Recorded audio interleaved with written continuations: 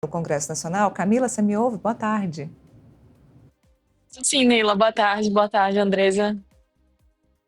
O tapete é diferente. Hoje ela saiu da Câmara, foi para o Senado, para o tapete azul. Conta pra gente, Camila.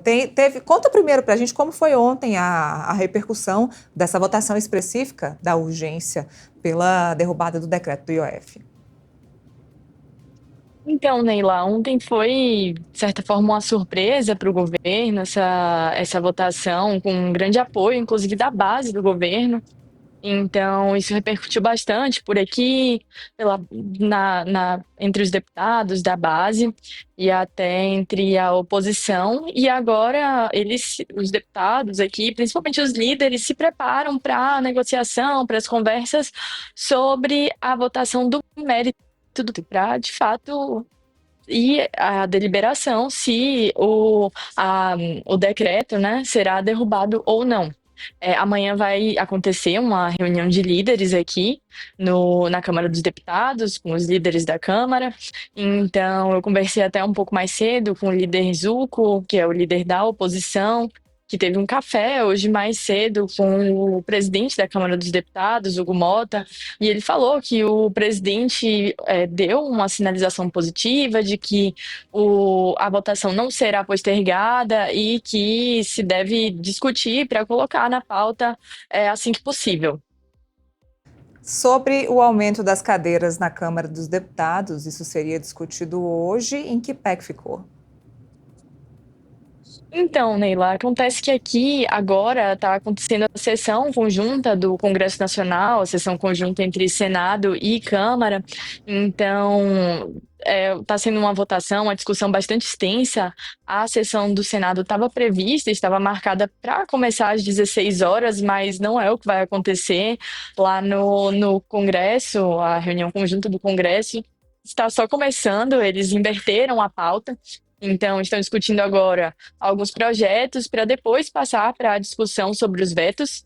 Então, essa questão do aumento do número de deputados deve ficar para a semana que vem, foi o que eu obtive de informação aqui, com auxiliares dos senadores, até porque o tema acabou entrando de última hora na pauta, e essa semana é uma semana típica, com feriado na quinta-feira, então muitos senadores já não estão aqui presencialmente em Brasília. Então, precisaria de um pouco mais de tempo para isso ser discutido, até porque esse tema tem uma resistência no Senado. Então, estão acontecendo as conversas aqui nos bastidores para aprovação do projeto. Então, a Câmara ganhou um pouco mais de tempo para que isso possa voltar à pauta na semana que vem.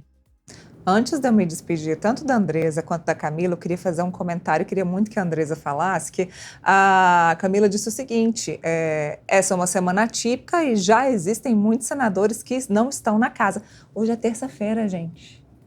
É incrível, eu ia comentar isso atrás da Camila, ela está no Senado, num lugar que deveria ser de bastante movimento, porque é uma passagem para ir próximo para o plenário, se eu identifiquei direitinho daqui. E não passa nem um mosquito ali, né? Você vê que é um negócio assim, tá totalmente vazio ali, esvaziado. Se a Camila quiser deitar no chão, sair rolando ali, ela pode fazer que ninguém nem vai se incomodar. Então, assim, você que está trabalhando aí na sua casa agora, no seu escritório, olha para o lado, aí deve ter um monte de gente, né? Mas Brasília, terça-feira.